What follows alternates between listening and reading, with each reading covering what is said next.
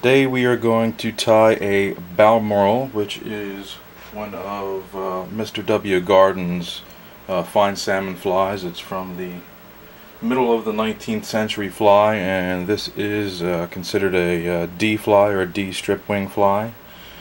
We're going to start with some ultra thread in 70 denier and white, so hopefully you can see that contrast against the hook in the background. I'm going to start right up front, right behind the return wire. I'm going to attach the thread there and work my way back. And these wraps don't need to be edge to edge. This isn't a nice fine silk body or a floss body, so we don't have to make things perfectly smooth, since the body consists of dubbing, and the dubbing will help hide some of the lumps and bumps. Once I get back to the rear of the hook, you can see if I let my bobbin hang straight down, it's just about touching the point of the hook. That's a good marking spot, or a spot to start or use as a reference for all of your flies, spay flies, D flies, married wings, trout flies, everything. So I want my thread to go back some more. Now I am going to keep it at edge to edge wraps, because I want a nice smooth underbody for the tip on this fly. And the tip will consist of small oval tinsel. So as you can see, I've made my way back a little bit more. I'm going to go back just a touch further. And now I'm going to select a piece of small oval tinsel. Flip the hook over to the far side, and I want this edge of the tinsel here, that front edge, to go at least to the mid body part, or the mid rear body half. That way there won't be an odd lump in the middle of the body if we stop halfway, and that's good for floss bodies and silk bodies as well, or floss and tinsel bodies. Use a soft loop. Go over one time. I'm going to work my way forward, edge to edge wraps, stopping along the way to spin the bobbin to help flatten out the thread a little bit.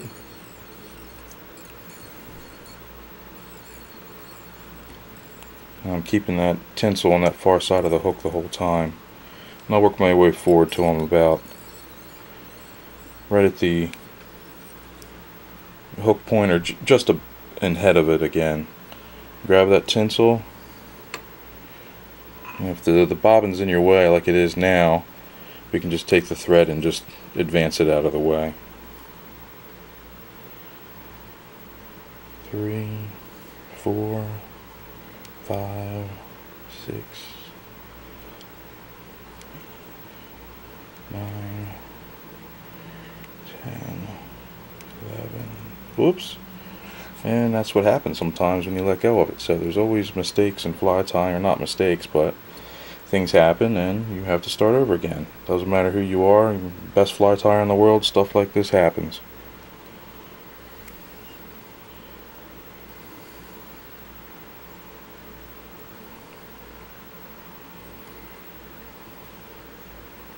So I'm working my way forward with this tinsel till I get to my tail tie-in spot.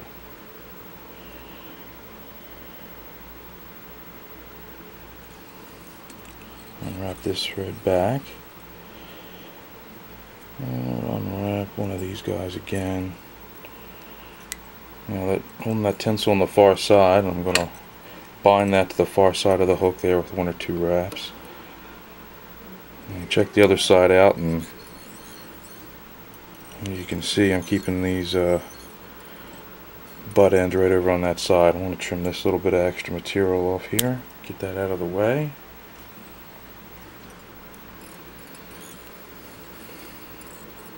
And I'm going to finish wrapping over these butt ends. It's up to you if you want to practice your edge to edge wraps and keeping things nice and smooth. Now's a good time to practice that, even though it's not necessary with the dub body. We're going to hide it. This will help to add a little bit of bulk. Not much with this 70 denier thread. I'll work my way back.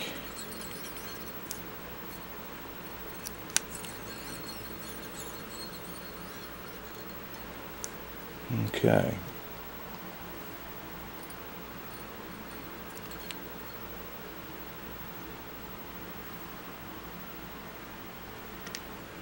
Next we're going to tie in the tail.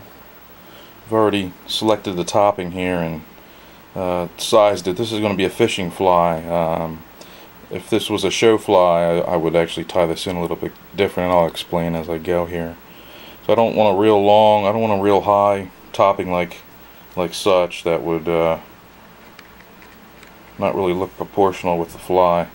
I want the tail to sit a little bit lower and go a little, just a little bit beyond the bend of the hook.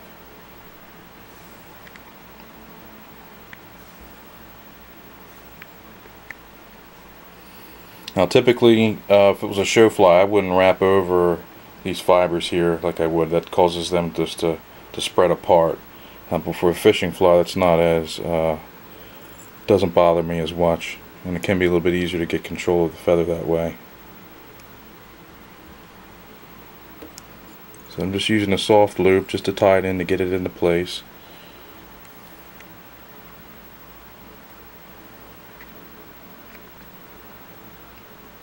That's about the look we're going for right now.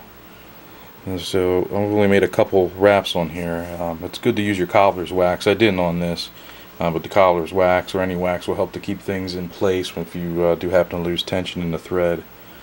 Now, the pattern now calls for tippet and strands, so I've already plucked the tippet. I'm just going to select a few strands out of it as the tail veiling.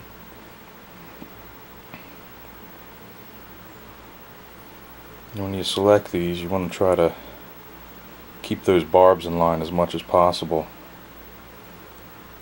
I'm just going to tear them off. And those guys flipped around on me here.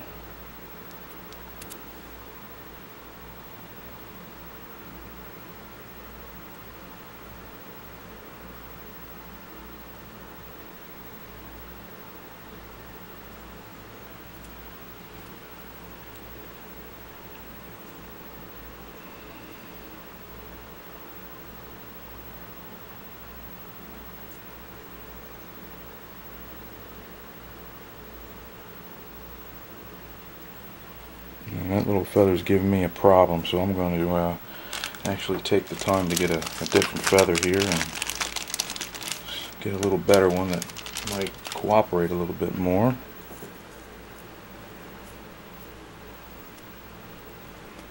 And the other option is to just use the very tip of a golden pheasant feather.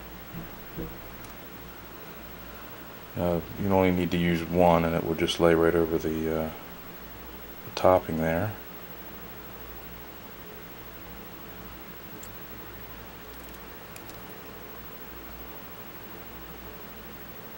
And sometimes that's actually easier to get the tips in line.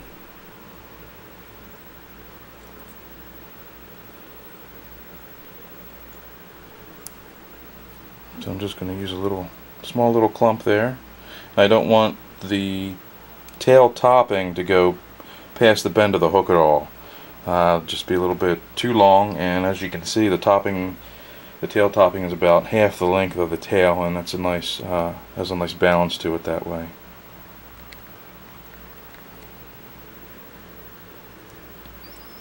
Take a few more wraps. Just 2 or 3 is all you really need to hold things in place. The next part we have to do would be the butt, and this I have some ostrich herl here, black, already prepared. You can see I have stripped a little piece there at the bottom off.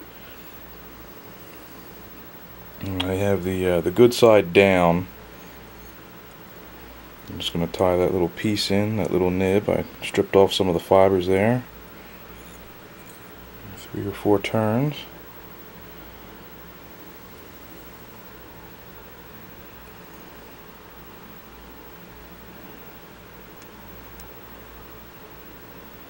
Do some side-by-side wraps with this ostrich herl and make a nice solid butt. Advance the thread just a little bit with some edge-to-edge wraps.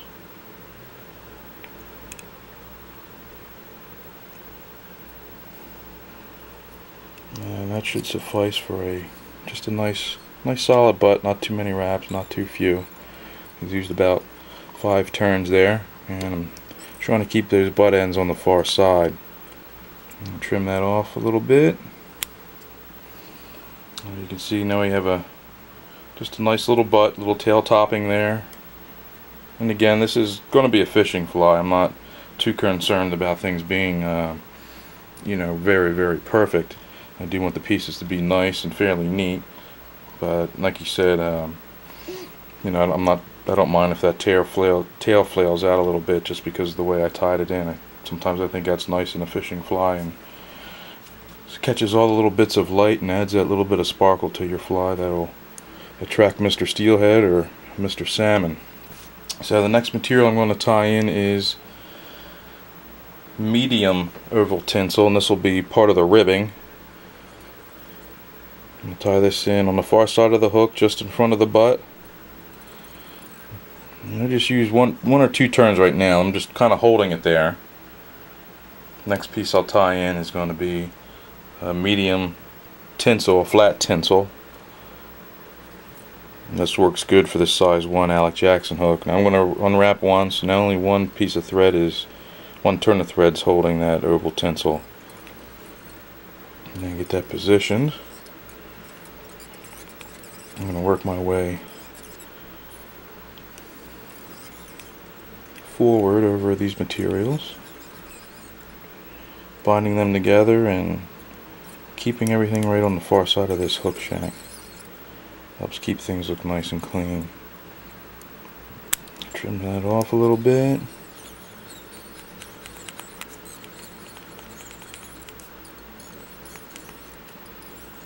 Okay. I'm going to go up over this loop eye and start getting that bound down and get ready for the next steps to come. Now we're going to work on the body, the dub body. We're going to use some seal. In order to apply this seal, I'm going to make a dubbing loop. I'll zoom out a little bit here so you can see what's going on.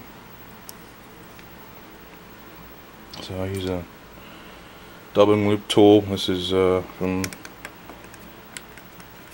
Blue Ribbon Flies. It's Nick Nicholas's dubbing loop tool. I find it very nice, very useful.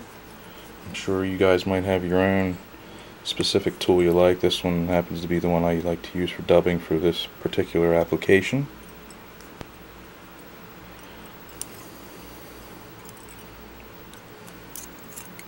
So I make that dubbing loop just in front of the hurl butt.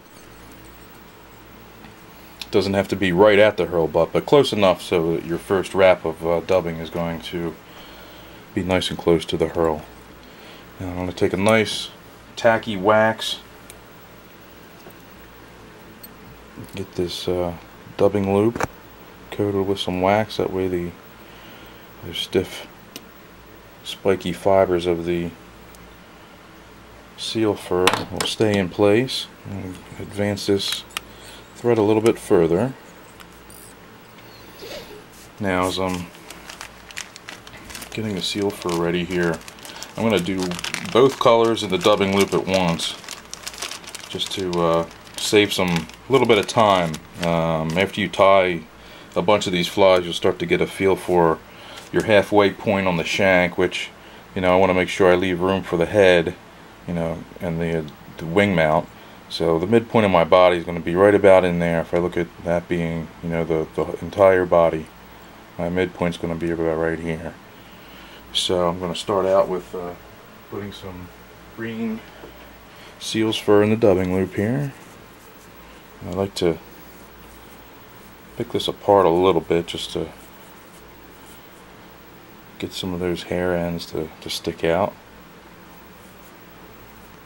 Get them kind of aligned. And I just pull out some small clumps.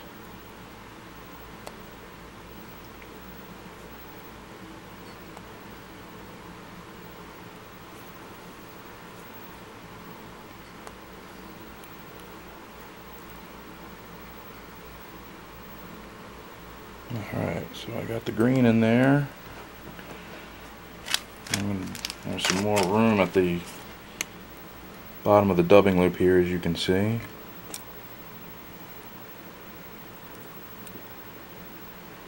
I'm going to get some blue seal's fur as called for in the pattern recipe. Again, pull some of this stuff out just to kind of get it spiky.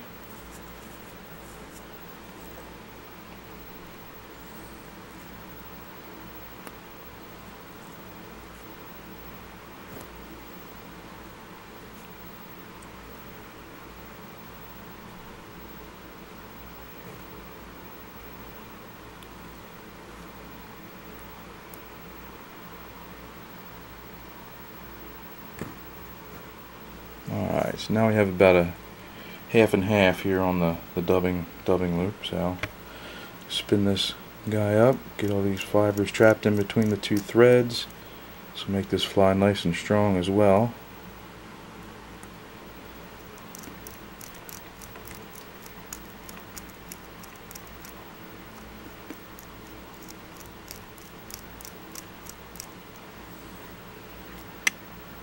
Alright.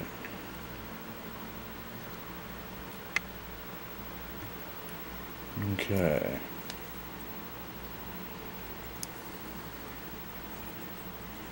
Now I'm just going to let my bobbin hang. As I wrap, it's going to go around, the thread's going to go around the hook shank and add a few wraps, so just have to remember how many turns you make and unwrap that many and work your way back.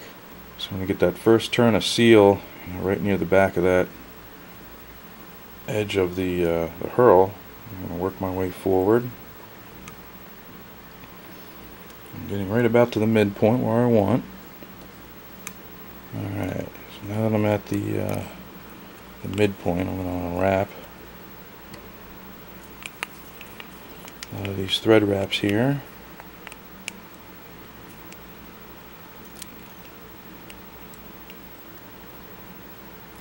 And get back to that midpoint with the thread.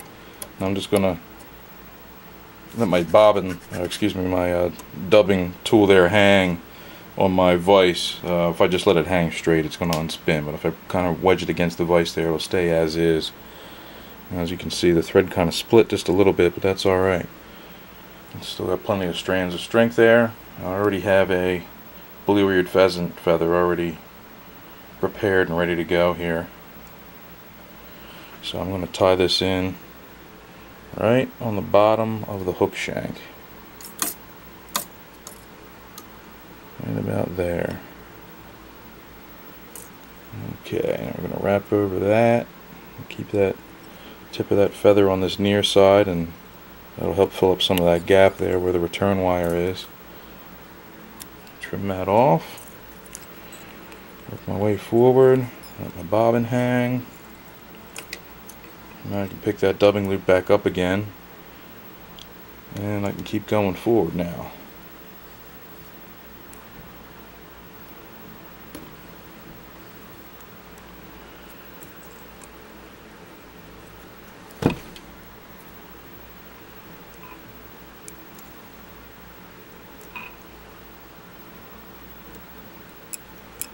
Okay, now we got a nice seal fur body. I'll tie off this dubbing loop. 3 or 4 wraps.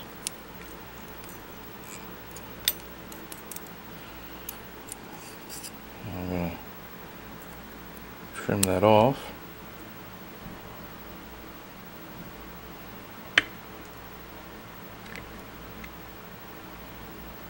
Now we got a nice seal for body there. Excuse the background. You can see that the blue is kind of blending with the blue background. You can see it's there. So everything's nice and buggy looking. In proportions, got a nice half and half, and it's okay if the front half is actually a little bit longer than the rear. Once you get your throat on there and the wings, it covers up part of the body, and sometimes it doesn't look half and half, so sometimes I'll make that front part a little bigger.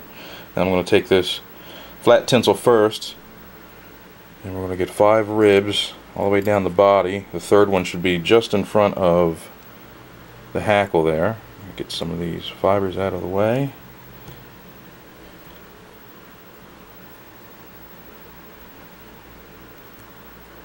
Just use your tips of your scissors to poke things out of the way. If that doesn't work, then use the dubbing needle.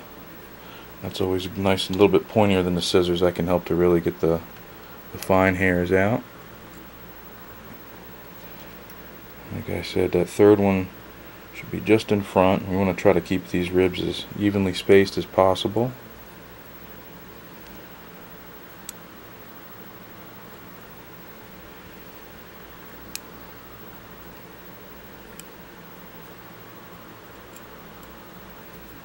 Alright, unwrap a few turns here.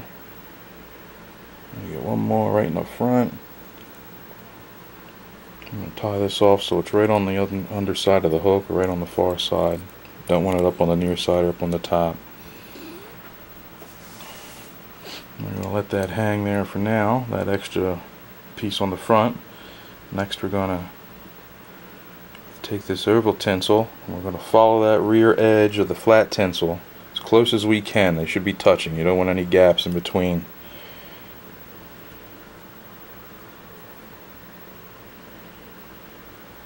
Again, just keep poking things out of the way with the tips of your scissors or your dubbing needle. It's nice to use the rotary function of the vise just to keep everything in line, and you can see everything real nice.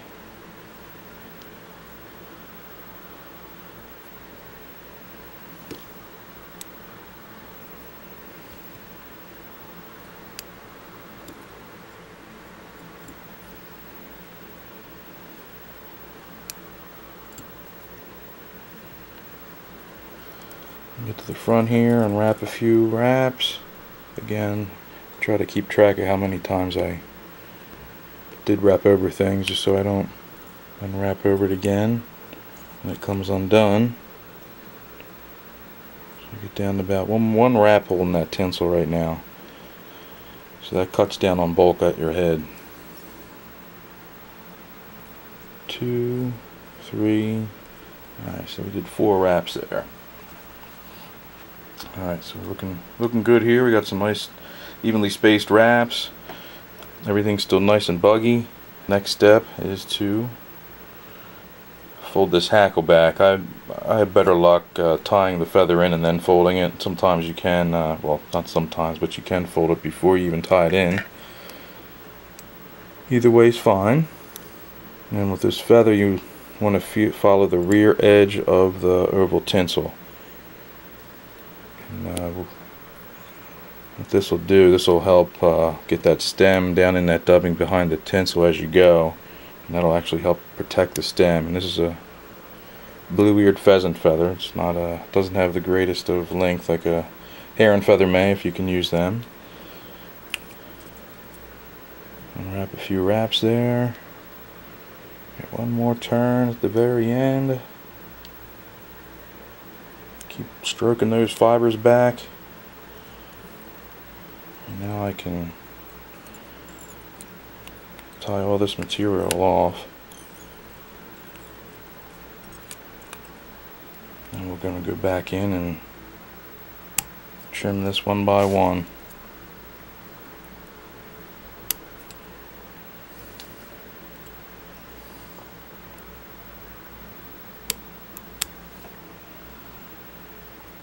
Okay. So we'll just leave this as is right now. We have a nice buggy fly here so far. Nice and clean. We got room down here at the eye of the hook to get some more materials tied in. So the next material is going to be the throat. Now, the original pattern calls for widgeon. No big deal if you don't have that. Teal's a great substitute. There's also a few other types of feathers. A mallard flank would even work. Doesn't have as nice as barring as the teal. There's also pintail. That'd be another option. Maybe even some Amherst or something like that might work as well. But I kind of like the teal anyway. So So I have this all prepared. Just going to trim this tip off.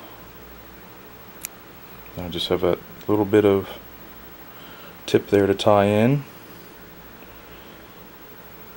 As you can see, where the head is going to be up in this area, I don't have any thread on the shank. This is going to, help us keep bulk down, keep your fly head size down to a minimum, keep it proportional with the rest of the body.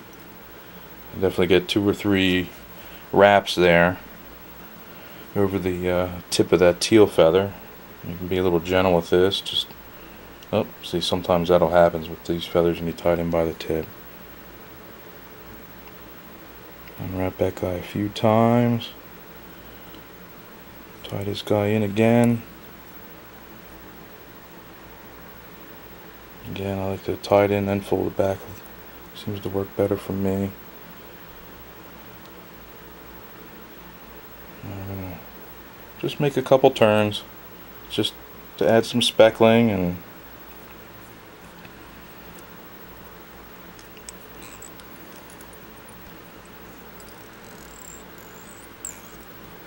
alright, 3 or 4 turns, bind that down. Now what I like to do is kind of part the hairs on top here. I'll even go back in, and a lot of this fluff at the top here, I'll trim that off. And the reason why is you leave a lot of this bulk up above the hook shank there. That's going to, instead of your wings laying nice and low, that little hump is going to cause your wings to kick way up high. So I'm actually folding these fibers down a little ways just to kind of keep them out of the way for the wings. And I pinch the fibers right below the hook shank there, and if I wiggle the hook back and forth with the rotary function, you can kind of put a crease in them, and that'll help to keep most of the fibers down below the hook shank. If you want to, you can also wet your fingers when you do this. A little spit on there, and that can also help keep them down. But that's fine for now. That's good. So everything's looking nice. Maybe a little buggy, not necessarily show fly like I said before. I'm happy with this look for a fishing fly. So the next part with our D wings, or with the fly, will be the D wings. Personally, I like to reverse my thread. So what I do to do that is actually take a dubbing needle and go down the underneath of it. Come over the top, underneath. I'm going underneath the hook shank. Now I'm going to start up forward and wrap back towards the collar there. That way I'm wrapping back over this butt ends of the thread. Now I just reverse my thread. I can clip off that little tag end I had in my loop there. And now we can get our wings ready here. I'll zoom in so you can see what's going on. So that's what we have so far. Now I'm going to use some Argus. The pattern calls for a gled wing, or a cinnamon teal. Cinnamon teal, what am I thinking here? It's just a cinnamon turkey tail feather for the wings. I've seen them tie with Argus like I'm going to use the cinnamon. I've seen them with white wings, black wings. So it's up to you as far as what you want to do, or how traditionally you want to stick with the pattern.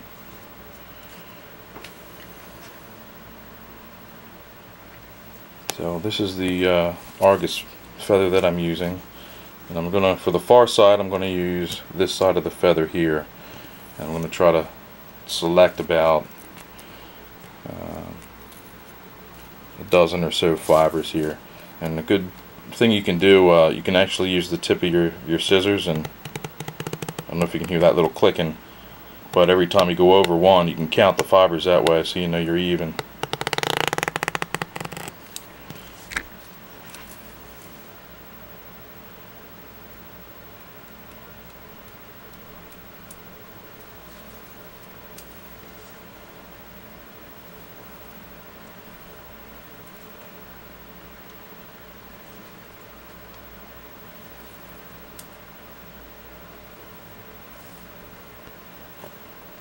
The Argus, their fibers are pretty a little thicker than turkey, and again, every bird's different depending on its diet and stress levels and things of that nature. Now, I like to have the inside. I like the longer point of the feather to be over the wing. So I want this wing to go right back to the bend of the hook, but no further.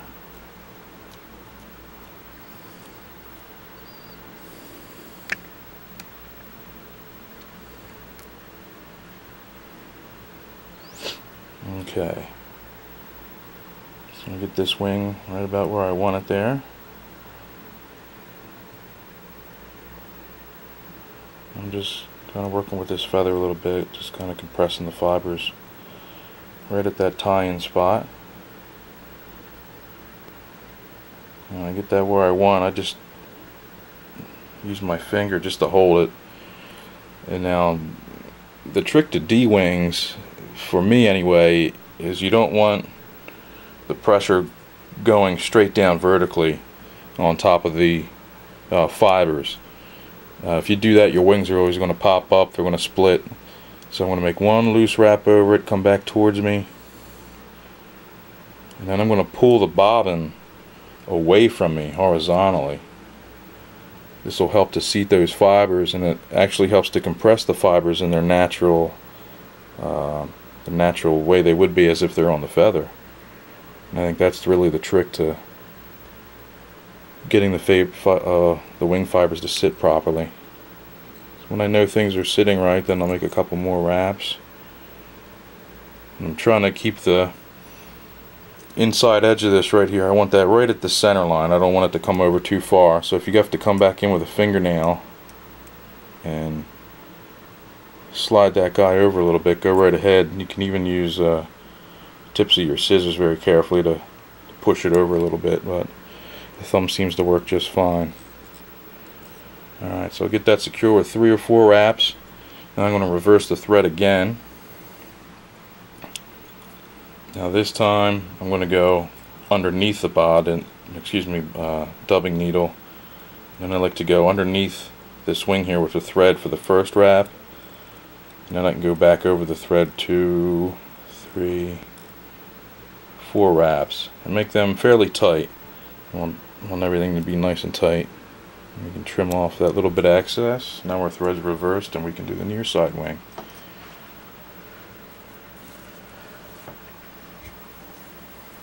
I used about 10 fibers for that first wing, so that's what I'm going to aim for the next wing here.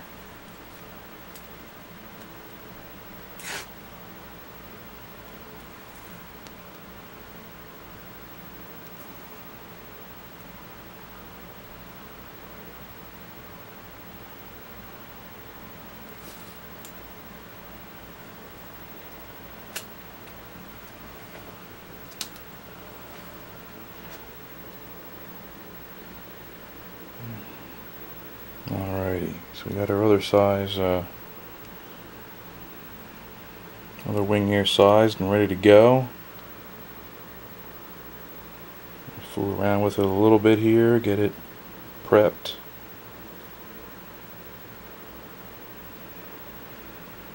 Get this guy matching the other side. Again, I just use the pad of my finger just to hold it in place a little bit.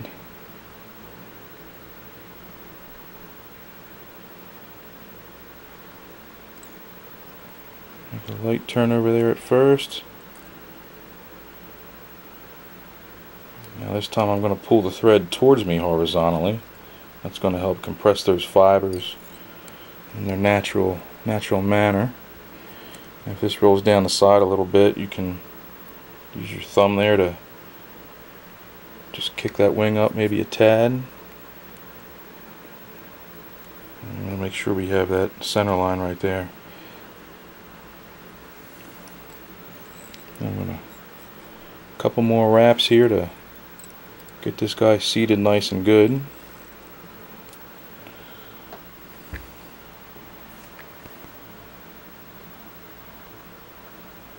So as you can see, our wings aren't too high over the body. We've got a nice V-shaped. They don't really roll. The wings don't roll down over the sides that much. This near side kind of looks like it, but it doesn't go down past the halfway point. And it thinks it fairly nice and low. They're almost angled right up to meet the tip of the tail. I think that's a nice look, rather than the wings sitting way up higher. Or sometimes you can even get them flat on the body. I'd rather have them flatter than sitting up higher.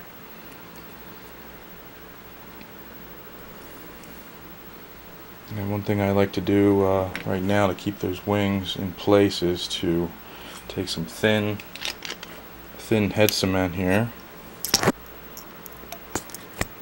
Get a little bead of that, and I'll actually put it up on the head of the wings there. That way that thin cement will actually leach back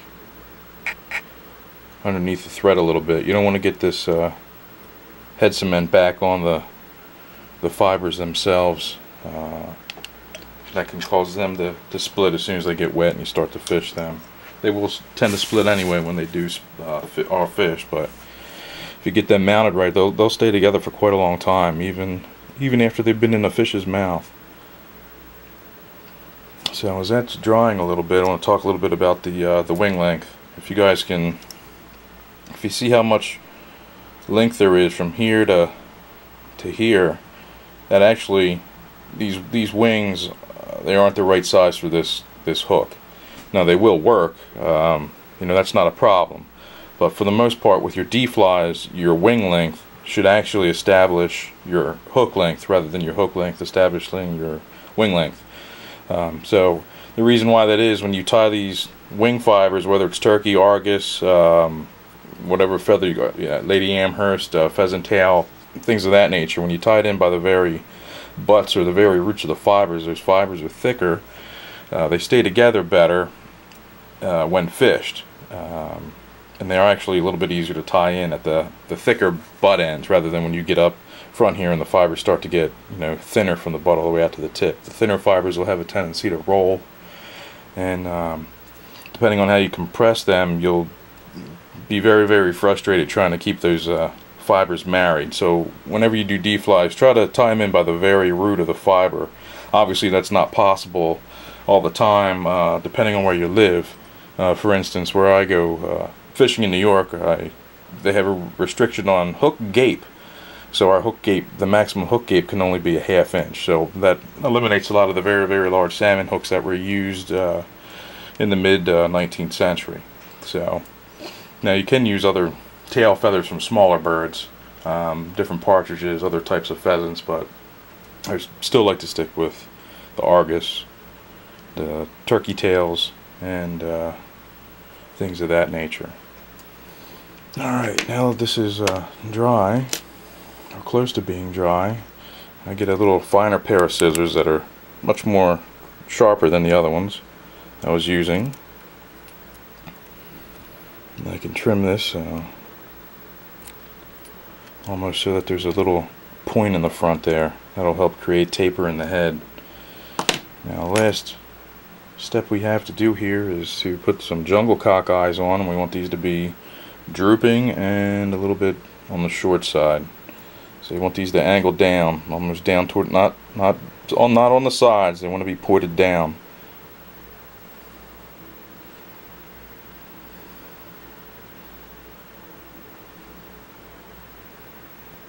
Keep these guys nice and short. Other flies call for a longer drooping eye. And we're going to keep these nice and short, just like so.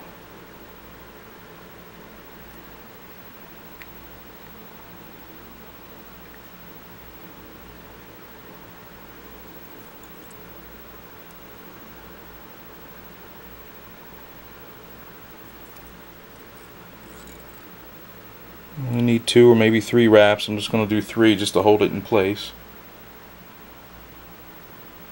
Let that guy sit down like so.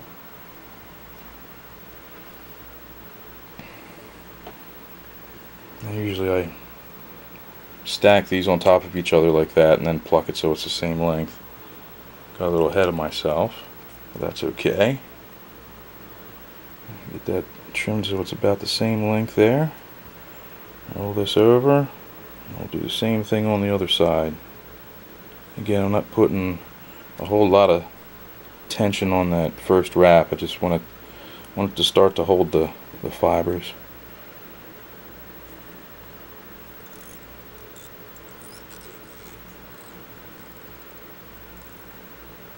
Three or four wraps there. As you can see, things are in place. Everything's nice and tidy and neat.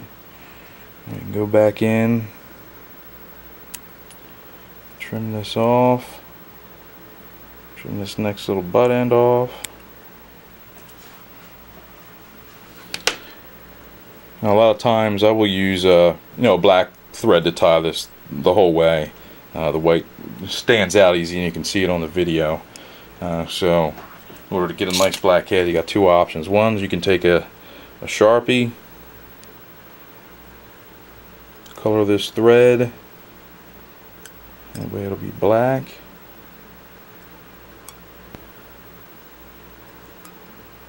Another option is to use a colored head varnish, something as similar to a Celear.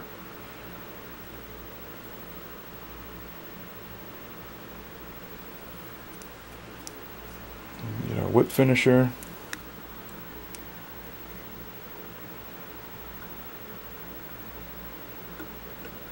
Three or four turns. And we can trim that thread off, and we're just about done. Check this fly over. It's alright if some of these fibers are sticking up in between the wings after you're done. It's going to happen when you go fishing anyway.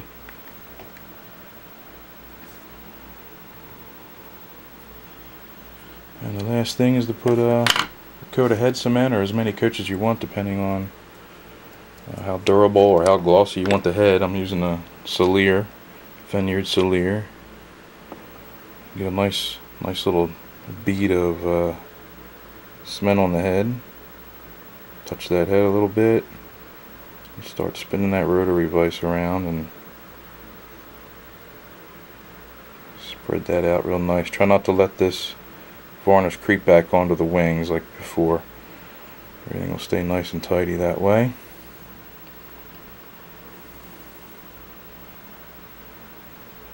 And that's the Balmoral. Ready to go fishing, catch some Atlantic salmon, some steelhead, or whatever species you like to fish for the most. Take this out of the vise so you can take a little better peek at it here.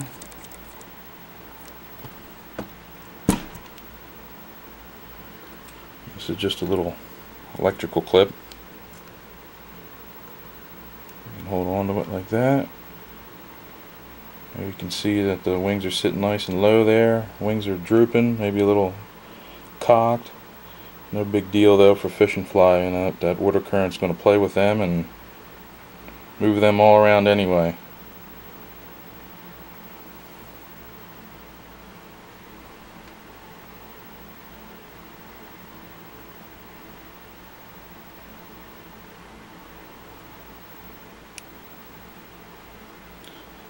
Thanks for watching, and here's to better tying and better fishing.